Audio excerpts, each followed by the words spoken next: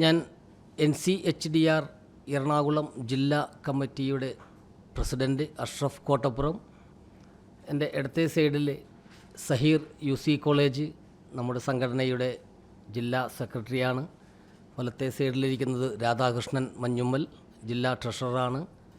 അശ്വതി രാധാകൃഷ്ണൻ ജില്ലാ ജോയിൻറ്റ് സെക്രട്ടറിയാണ്. എൻ്റെ ഇടതുവശത്തിരിക്കുന്ന ഈ ഒരു കുടുംബം ഇദ്ദേഹത്തിന് ഒരു മുച്ചക്ര വാഹനം കൊടുക്കുന്നതുമായി ബന്ധപ്പെട്ടാണ് ഇന്ന് നിങ്ങളുടെ മുന്നിൽ വന്ന് ഇരിക്കുന്നത്. നമുക്ക് കാര്യങ്ങളിലേക്ക് കിടക്കാം. NCHDR എന്ന ഈ സംഘടന നിയമപരമായി രജിസ്റ്റർ ചെയ്ത ഒരു സംഘടനയാണ്.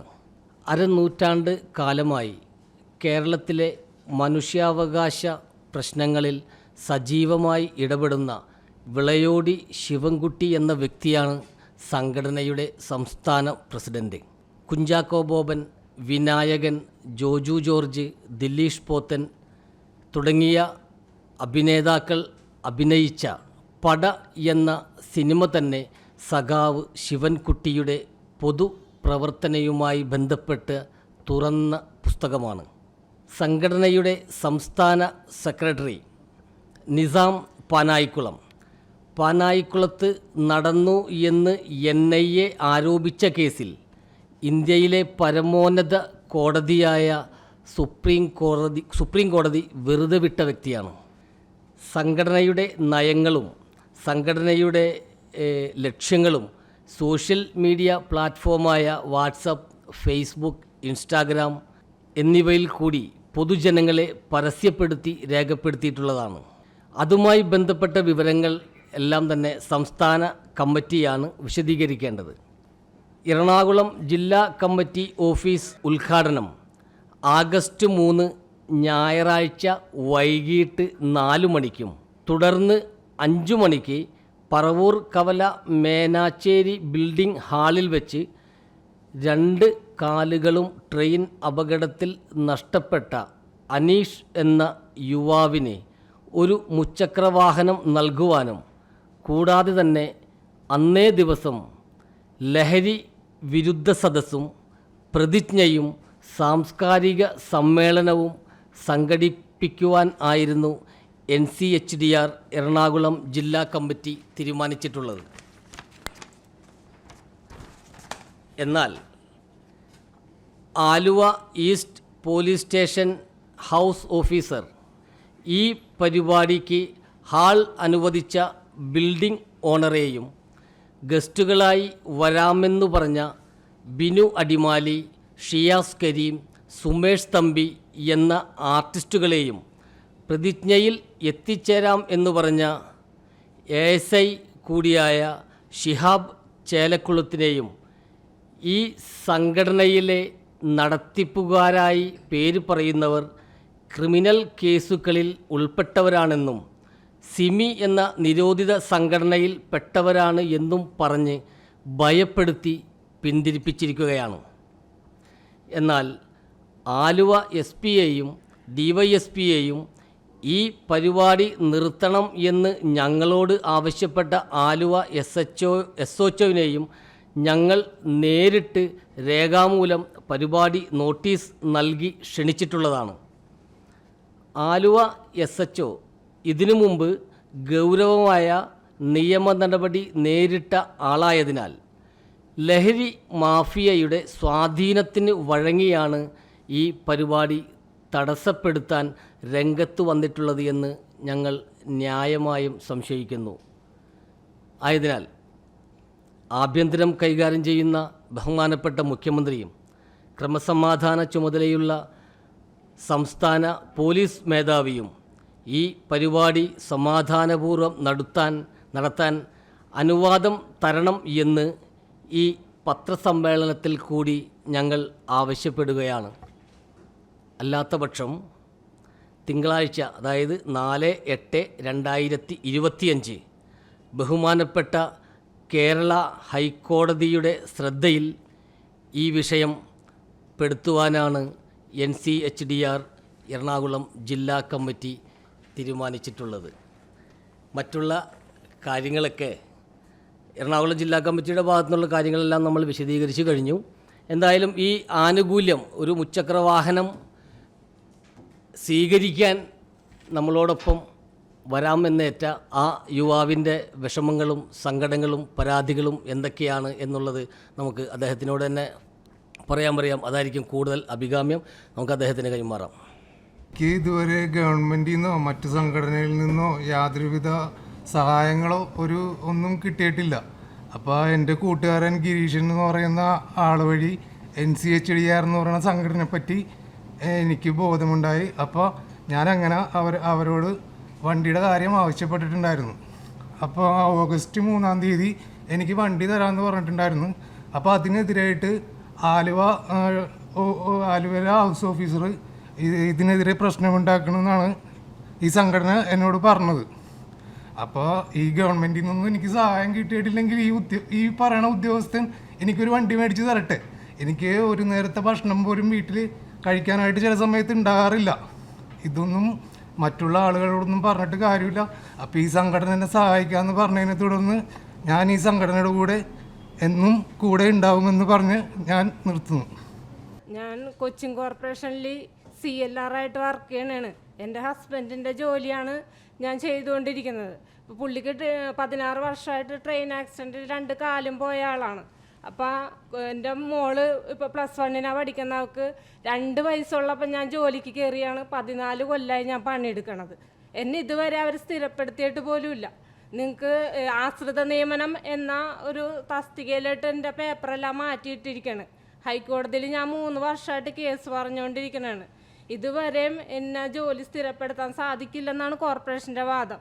ഞാൻ ഒരുപാട് വർഷമായിട്ട് ഒരു ദിവസം പോലും ലീവ് എടുക്കാണ്ട് കഷ്ടപ്പെടുന്ന ആളാണ്. ഈ 2 കാലില്ലാത്ത ഒരാൾക്ക് ജീവിക്കണം. 2 കുഞ്ഞുങ്ങളുണ്ട്. ഇവരെയും വളർത്തിയെടുക്കണം, അവരെ പഠിപ്പിക്കണം, അവരുടെ കാര്യങ്ങളെല്ലാം ചെയ്യാൻ ഞാൻ ഒരാൾ മാത്രമേ ഉള്ളൂ. എന്നെ സഹായിക്കാൻ പോലും ആരുമില്ല. എന്നെ ജോലി സ്ഥിരപ്പെടുത്തി ഇവർ തരുന്നില്ല.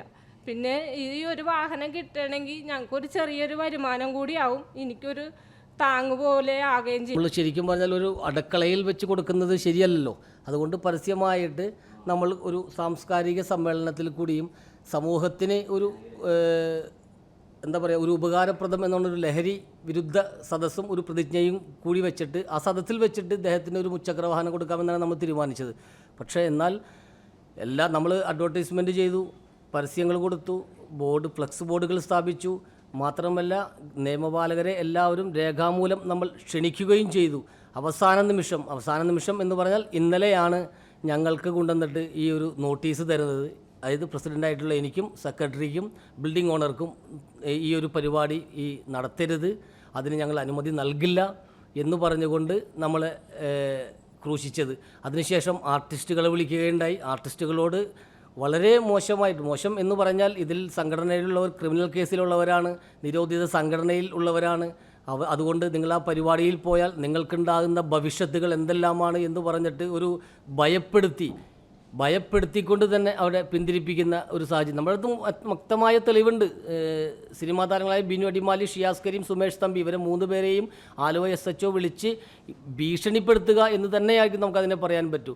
അങ്ങനെ പറഞ്ഞതിൻ്റെ വ്യക്തമായ തെളിവും നമ്മുടെ അടുത്തുണ്ട്. നിങ്ങൾക്കറിയാം, ഈ 2 കാല് നഷ്ടപ്പെട്ട ഒരു പാവപ്പെട്ട ഒരു സഹോദരന് ഗവൺമെൻറ് കൊടുത്തിട്ടില്ല, വേറൊരു സംഘടനകൾ തിരിഞ്ഞു നോക്കിയിട്ടില്ല. ആ സമയത്ത് NCHDR എറണാകുളം ജില്ലാ കമ്മിറ്റി ഒരു മുച്ചക്ര വാഹനം കൊടുക്കുന്നതിൽ ഈ SHOക്ക് എന്താ ബുദ്ധിമുട്ട്? അവരുടെ സംഗതി നമുക്ക് കണ്ണു നിറയുന്നുണ്ട്. നമ്മുടെ തൊട്ടടുത്ത് ഓടിപ്പാഞ്ഞ് നടന്ന ഒരു പാവപ്പെട്ട ഒരു മനുഷ്യന് എറണാകുളം ജില്ലാ കമ്മിറ്റി ഒരു സഹായം ചെയ്യുമ്പോൾ അതിനെ എതിരെ നിൽക്കുന്ന ഇവർ കണ്ണ് നിറഞ്ഞു പോകും. നമ്മൾ ഓരോ വിഷയങ്ങളിൽ നമ്മൾ ഇടപെടുമ്പോൾ അല്ലേ, നമ്മുടെ മുമ്പിലേക്ക് നിങ്ങൾക്ക് ഓരോരുത്തർക്കും അറിയാം. നമ്മൾ വളരെ ആവേശത്തോടുകൂടി സ്റ്റെപ്പ് കയറി വരുമ്പോൾ അദ്ദേഹം കയറി വന്നത് എൻ്റെ മുന്നിലൂടെയാണ്.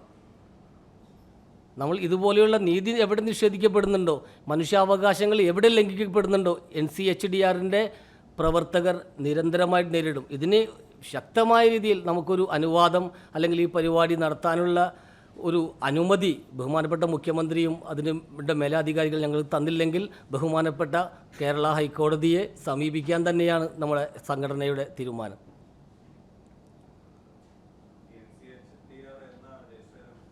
ഞങ്ങൾ രജിസ്റ്റർ ചെയ്ത് പാലക്കാട് 2025 ജനുവരി മാസത്തിൽ. എറണാകുളം ജില്ലാ കമ്മിറ്റിയുടെ ഫസ്റ്റ് പരിപാടിയാണ്. വേറെ ജില്ലകളിൽ മറ്റുള്ള ജില്ലകളിൽ പരിപാടി നടത്തിയിട്ടുണ്ട്. അതിൻ്റെ മറ്റുള്ള കാര്യങ്ങളൊക്കെ സംസ്ഥാന കമ്മിറ്റികൾ പറയും. നമ്മൾ എറണാകുളം ജില്ലാ കമ്മിറ്റിയെ സംബന്ധിച്ചിട്ട് എറണാകുളം ജില്ലാ കമ്മിറ്റി നടത്തുന്ന ആദ്യത്തെ പരിപാടിയാണത്. തടസ്സം അതാണ് ഞങ്ങൾക്കും അറിയേണ്ടത്. അതിനു വേണ്ടിയിട്ടാണ് ഞങ്ങൾ നിങ്ങളുടെ മുമ്പിലൂടെ പരസ്യം ഞങ്ങളുടെ നോട്ടീസിൽ തന്നിരിക്കുന്നത്. വ്യക്തമായി ഞാൻ നേരത്തെ മുൻ തന്നെ പറഞ്ഞിട്ടുണ്ട്, ഈ സംഘടനയിൽപ്പെട്ടവർ ക്രിമിനലുകളാണ്. സിമി എന്ന് പറയുന്ന നിരോധിത സംഘടനയിൽപ്പെട്ടവരാണ്. അതുകൊണ്ട് കേകിലമായ എന്തോ ഒരു വാക്കാണ് ഉപയോഗിച്ചത്, കേകിലമായ പ്രശ്നങ്ങൾ ഉണ്ടാവാൻ സാധ്യതയുണ്ട്. അതുകൊണ്ട് ഭീകരമായി പ്രശ്നങ്ങളുണ്ടാവും. അതുകൊണ്ട് ഈ പരിപാടികൾ നടത്താൻ പറ്റില്ല. ഇത് തന്നെയാണ് ആലുവ SHOൻ്റെ ഭാഗത്ത് നിന്ന് കിട്ടിയിരിക്കുന്ന നോട്ടീസ്. നിലവിൽ ഇതുവരെ അങ്ങനെ ഒരു കേസ് ഒരു കോടതിയിലോ ഒരു സ്റ്റേഷനിലോ ഉണ്ടായിട്ടില്ല. ഇല്ല എന്ന് തന്നെയാണ്. ന്യായം അവസാന വാക്ക് പറയേണ്ടത് കോടതികളാണ്. കോടതികൾ ജാമ്യം തരുന്നത് നമുക്ക് സഞ്ചാര സ്വാതന്ത്ര്യം അനുവദിച്ചുകൊണ്ടാണല്ലോ. അല്ലെങ്കിൽ ആ കേസ് തീരുന്നവരെ കോടതികൾ ജയിലിടുകയല്ലേ ചെയ്യേണ്ടത്, അല്ലെങ്കിൽ ശിക്ഷിക്കണം നമ്മളെ. എങ്ങനെ കംപ്ലൈന്റ് ഉണ്ടായിരുന്നു? മുൻപ് ഉണ്ടായിരുന്ന കോടതിയുടെ ഇതിൽ കിടക്കണോ, കീഴിൽ കിടക്കുന്ന കേസുകളാണ്. അതെ ജാമ്യത്തിൽ. അതും ഒരു കേസ് പോലും ശിക്ഷിക്കപ്പെട്ടിട്ടുള്ള ഒരാളില്ല ഞങ്ങളുടെ സംഘടനയിൽ. ഏറ്റവും വലിയ ഹൈലൈറ്റ് ഒരാൾ മാത്രമേ. മുഴുവൻ ആൾക്കാരും ക്രിമിനൽസ് ആണെന്നാണ് നമ്മുടെ വിശിഷ്ടാതിഥികളെ മുഴുവനും അവർ വിളിച്ച് പറഞ്ഞേക്കണത്. അതായത് സംഘടന എന്ന് പറയുന്നത് തന്നെ മുഴുവൻ ക്രിമിനലുകളാണ് നടത്തുന്നതെന്നാണ് അവർ പറയുന്നത്. കാരണം അങ്ങനെയാണെന്നുണ്ടെങ്കിൽ തന്നെ അവർ തെളിവ് സഹിതം പറയണ്ടേ. ഇതുവരെ ആ തെളിവ് സഹിതമായിട്ട് അവരടുത്ത് ചോദിച്ചിട്ടും അവരൊന്നും പറയുന്നില്ല. ഇതിൽ ഏറ്റവും വലിയൊരു കാര്യം, നമ്മൾ ഇവരെ രേഖാമൂലം നോട്ടീസ് കൊടുത്ത് ഈ പരിപാടിയിൽ അവരെ ഔദ്യോഗികമായി ക്ഷണിക്കുകയും ചെയ്ത ഒരാളാണ് ഞാനും സെക്രട്ടറി എല്ലാം അടക്കം. ആ സമയത്ത് അവർ വളരെ വളരെ സൗഹാർദ്ദപരമായിട്ട് നമ്മൾ ഈ നടത്തുന്ന പരിപാടി വളരെ നല്ലൊരു പരിപാടിയാണ്, നിങ്ങളെപ്പോലുള്ള യുവാക്കൾ രംഗത്തേക്ക് വരണം എന്ന് വേണ്ട വളരെ സന്തോഷത്തോടുകൂടി ഞങ്ങൾ അപ്പം ഞങ്ങൾ എടുത്തു ചോദിച്ചു. സാറേ എന്ന് ഞാൻ ഒരു ആശംസ എന്നുള്ള രീതിയിൽ അല്ലെങ്കിൽ ഒരു ഉദ്ഘാടനമെന്നോ അല്ലെങ്കിൽ എന്തെങ്കിലും പറഞ്ഞു നിങ്ങളുടെ പേര് ഞങ്ങൾ വെക്കട്ടെ എന്ന് പറഞ്ഞു. ഞങ്ങൾക്കന്ന് VIP-കൾ വരുന്നുണ്ട്, ഒരുപക്ഷെ ഞങ്ങൾക്ക് വരാൻ പറ്റിയില്ലെങ്കിൽ പേര് വെച്ചാൽ അതൊരു ബുദ്ധിമുട്ടാവും, നിങ്ങൾ പേര് വെക്കണ്ട, സമയമുണ്ട് എങ്കിൽ ഞങ്ങൾ വരും എന്ന് DYSP നേരിട്ട് ഞങ്ങളോട് പറഞ്ഞതാണ്. അതുപോലെ തന്നെയാണ് SHOയും പറഞ്ഞത്. നിങ്ങളെപ്പോലുള്ള യുവാക്കളാണ് ഞങ്ങളുടെ ബലം, ലഹരിക്കെതിരെ നിങ്ങൾ രംഗത്ത് വരണം എന്ന് പറഞ്ഞ SHO ഞങ്ങൾ ക്ഷണിച്ച് 2-3 ദിവസം കഴിഞ്ഞതിന് ശേഷം ആണ് ഈ ഓരോ നമുക്കപ്പോഴും സംശയങ്ങളൊന്നുമില്ല. നമ്മൾ വളരെ നിയമത്തിൻ്റെ ഉള്ളിൽ നിന്നുകൊണ്ട് തന്നെ പ്രവർത്തിക്കുന്ന സംഘടനയാണ്, നിയമപരമായി തന്നെയാണ് നമ്മൾ മുന്നോട്ട് പോകുന്നത്. ഒരു തരത്തിലുള്ള ആശങ്കയുണ്ടായില്ല. പക്ഷേ ഇന്നലെ രാവിലെ തുടങ്ങി ആർട്ടിസ്റ്റുകൾ വിളിക്കുന്നു, ഇങ്ങനെയാണല്ലോ പറയുന്നത്, അതുകൊണ്ട് ഞങ്ങൾക്ക് വരാൻ ബുദ്ധിമുട്ടാണ്. അവർക്ക് പേടിയാണ്, പേടിപ്പിച്ചിട്ടുള്ള ഒരു CI നേരിട്ട് അദ്ദേഹത്തിന്റെ ഡിപ്പാർട്ട്മെന്റ് നമ്പറിൽ നിന്ന് വിളിച്ചിട്ടാണല്ലോ സംസാരിക്കുന്നത്. അപ്പോൾ ആശങ്ക ആദ്യം പ്രകടിപ്പിച്ചില്ല. കാരണം അവരെ വിളിച്ചു പറഞ്ഞപ്പോൾ അവർ വീണ്ടും നമ്മുടെ ഈ പരിപാടിക്ക് പങ്കെടുക്കുമെന്ന് ഉറപ്പായപ്പോഴാണ് ഭീഷണിയുടെ സ്വരം തോന്നുന്നത്. ഭീഷണിയുടെ ഞങ്ങൾ ഈ പറയുന്ന സംഘടനയിൽ ക്രിമിനൽസ് ഉണ്ട്, അപ്പോൾ ഇന്നലെ നിരോധിക്കപ്പെട്ട സംഘടനയാണ് എന്നൊക്കെ പറഞ്ഞ് അവർ ഭീഷണിപ്പെടുത്തി. അപ്പോൾ അവർ നമ്മളായിട്ട് സംസാരിച്ചു. അപ്പോൾ നമ്മൾ അവരോടും പറഞ്ഞു, കാരണം നിങ്ങൾ വന്നതിന് ശേഷം അല്ലെങ്കിൽ നിങ്ങൾ വരുന്നതിന് മുമ്പ് അന്വേഷിക്കും. കാരണം നമ്മളെല്ലാ കാര്യങ്ങളും പറഞ്ഞതിന് ശേഷമാണ് അവരെ നമ്മൾ ക്ഷണിച്ചേക്കണത്. അങ്ങനെയാണ് മിനിഞ്ഞാന്ന് രാത്രി, അതായത് 1-ാം തീയതി രാത്രി, 30-ാം തീയതി അല്ലെങ്കിൽ 31-ാം തീയതി രാത്രി ഈ പറയുന്ന ആൾക്കാരുടെ പേഴ്സണൽ ഫോണിലേക്ക് ഈ SHO വിളിച്ചിട്ട് ഇങ്ങനെ ക്രിമിനൽ കേസിലെ പ്രതിയാണ്, നിങ്ങൾ പോയി കഴിഞ്ഞാൽ എല്ലാം നിങ്ങളുടെ ഇതിൽ തന്നെ ഇരിക്കും, ഞങ്ങൾക്ക് നിങ്ങൾക്കെതിരെ നടപടി എടുക്കുമെന്ന് പറഞ്ഞു. അപ്പോൾ സുമേഷ് തമ്പി എന്ന് പറയുന്ന ആർട്ടിസ്റ്റ് അവരോട് മുഖത്ത് നോക്കി SIനോട് ചോദിച്ചു, ഈ SHOനോട് ചോദിച്ചു, ഈ നടത്തരുത് എന്ന് ഞങ്ങളോട് പറഞ്ഞതുപോലെ ആ സംഘടനയോട് അല്ലെങ്കിൽ അതിൻ്റെ ഭാരവാഹികളോട് പറഞ്ഞിട്ടുണ്ടോ എന്ന് ചോദിച്ചു. അവർ പറഞ്ഞത് ഇല്ല, ഞങ്ങൾ പറഞ്ഞിട്ടില്ല, ഞങ്ങൾ അടുത്ത ദിവസങ്ങളിൽ അവരെ അറിയിക്കും എന്നാണ് പറഞ്ഞത്. ഇതേ സുമേഷ് തമ്പി തന്നെ അവരോട് ചോദിച്ചു, ഒരു 2 കാലുകൾ നഷ്ടപ്പെട്ട ഒരാൾക്ക് ഒരു വാഹനം കൊടുക്കുന്നതിൽ എന്താണ് സാർ ഇത്ര വലിയ ഒരു കുഴപ്പം, ബുദ്ധിമുട്ട് എന്ന് ചോദിച്ചു. അവർ പറഞ്ഞത് ഇവരെല്ലാം തീവ്രവാദികളാണ് എന്നുള്ള രീതിയിൽ പറഞ്ഞ് അവരെ ഭീഷണിപ്പെടുത്തുകയാണ് ചെയ്തത്. എറണാകുളം ജില്ലാ കമ്മിറ്റി ആദ്യത്തെ ഇല്ലില്ല, സംസ്ഥാന കമ്മിറ്റിയോടും അല്ലെങ്കിൽ പറയേണ്ട കാര്യങ്ങളല്ല, നമ്മളല്ല. ഞങ്ങൾ ഈ സംഘടനയായിട്ട് ബന്ധപ്പെട്ട് ഇപ്പോൾ നമ്മുടെ ഞങ്ങളെല്ലാം ചാർജിലേക്ക് വന്നിട്ടുള്ള എറണാകുളം ജില്ലാ കമ്മിറ്റി രൂപീകരിച്ച് എറണാകുളം ജില്ലാ കമ്മിറ്റിയുടെ ഓഫീസിൻ്റെ ഉദ്ഘാടനം നടത്തി കഴിഞ്ഞിട്ട് ആദ്യത്തെ പരിപാടിയായിട്ടാണ് നമ്മളിത് ചെയ്യുന്നത്. നമ്മൾ കാര്യങ്ങൾ പറഞ്ഞെങ്കിലും ഏതാ ഒരു അതാണ് ഞാൻ പറഞ്ഞത്. SHO ഞങ്ങൾ ചെന്നപ്പോൾ എൻ്റെ അടുത്തും മുഖത്ത് നോക്കി തന്നെ പറയണം, നിങ്ങളെപ്പോലുള്ള യുവാക്കൾ രംഗത്ത് വരണമെന്ന് വളരെ സൗഹൃദപരമായിട്ട് ചിരിച്ച് എന്താ ചായ കുടിക്കണോ അങ്ങനെയൊക്കെ ചോദിച്ചുകൊണ്ട് പറഞ്ഞു വിട്ടതാണ്. എന്നാൽ അദ്ദേഹം അന്ന് ഒരു സൂചന ഇന്നതുപോലെയൊക്കെയാണ് വിഷയങ്ങളുണ്ട് എല്ലോ എന്നൊക്കെ പറഞ്ഞ് നമ്മളടുത്ത് പറഞ്ഞ് അന്ന് വേണ്ട, പിറ്റേ ദിവസം പറഞ്ഞാലും മതി. അപ്പോൾ നമ്മൾ അതിനനുസരിച്ചുള്ള കാര്യങ്ങൾ ഇത് ചെയ്യും. ഇത് ഇന്നലെ വന്നിട്ടാണ് പറയുന്നത്. നമുക്ക് ഇനി എന്ത് ചെയ്യാൻ പറ്റും? ഒരു കോർട്ടിൽ പോകാൻ പോലും നമുക്ക് സാധിക്കാതെ, വേണ്ട ഒരു SP അടുത്ത് പോയി നേരിട്ട് പോലും പോയി സംസാരിക്കാനുള്ള ഒരു അവസരം പോലും തന്നില്ല എന്നുള്ളതാണ് വാസ്തവം. നമ്മൾ ഇദ്ദേഹത്തെ നമുക്ക് പരിചയമില്ല, നേരിട്ട് പരിചയമില്ല. ഞാനിപ്പോൾ ഇദ്ദേഹത്തെ രണ്ടാമത്തെ പ്രാവശ്യമാണ് കാണുന്നത്. ഓടി നമ്മൾക്ക് വണ്ടിയിൽ കയറി വരുമ്പോൾ അദ്ദേഹം ഈ സ്റ്റെപ്പ് കയറി വന്ന് നിങ്ങളൊന്ന് ജസ്റ്റ് ഒന്ന് ഇമാജിൻ ചെയ്താൽ മതി. ജന്മന ഒരു വികലാംഗനായിട്ടുള്ള ഒരു ആളല്ല അദ്ദേഹം നമ്മളെപ്പോലെ ഓടിപ്പാഞ്ഞ് നടന്ന സമയത്ത് കാലുകൾ നഷ്ടപ്പെട്ട ഒരു വ്യക്തിയാണ്. അദ്ദേഹം ഇവിടുന്ന് കയറി വന്നത് കാണുമ്പോൾ മനുഷ്യത്വം മരവിച്ചിട്ടില്ലാത്ത നമ്മളൊക്കെ അത് കണ്ടിട്ടും എങ്ങനെയാണ് നമ്മൾ നോക്കി നിൽക്കുക? ഏറ്റവും വലിയ ജനാധിപത്യ രാജ്യം എന്നാണ് അവകാശപ്പെടുന്നതാണ് ഇന്ത്യ, അല്ലേ? മതേതരത്വ രാജ്യം എന്നൊക്കെ നമ്മൾ അവകാശപ്പെടുന്നതാണ്. ഇങ്ങനെയുള്ള സംഭവം കാണുമ്പോൾ എങ്ങനെയാണ് നമുക്ക് അതിനോടൊക്കെ യോജിക്കാൻ പറ്റുന്നതും കൂടി ഒരു ചോദ്യമുണ്ട് നമുക്ക്, അല്ലേ? ഒരു ക്വസ്റ്റ്യൻ മാർക്ക് പോലെ. നമ്മൾ ഏതെങ്കിലും സമരമായി ബന്ധപ്പെട്ടോ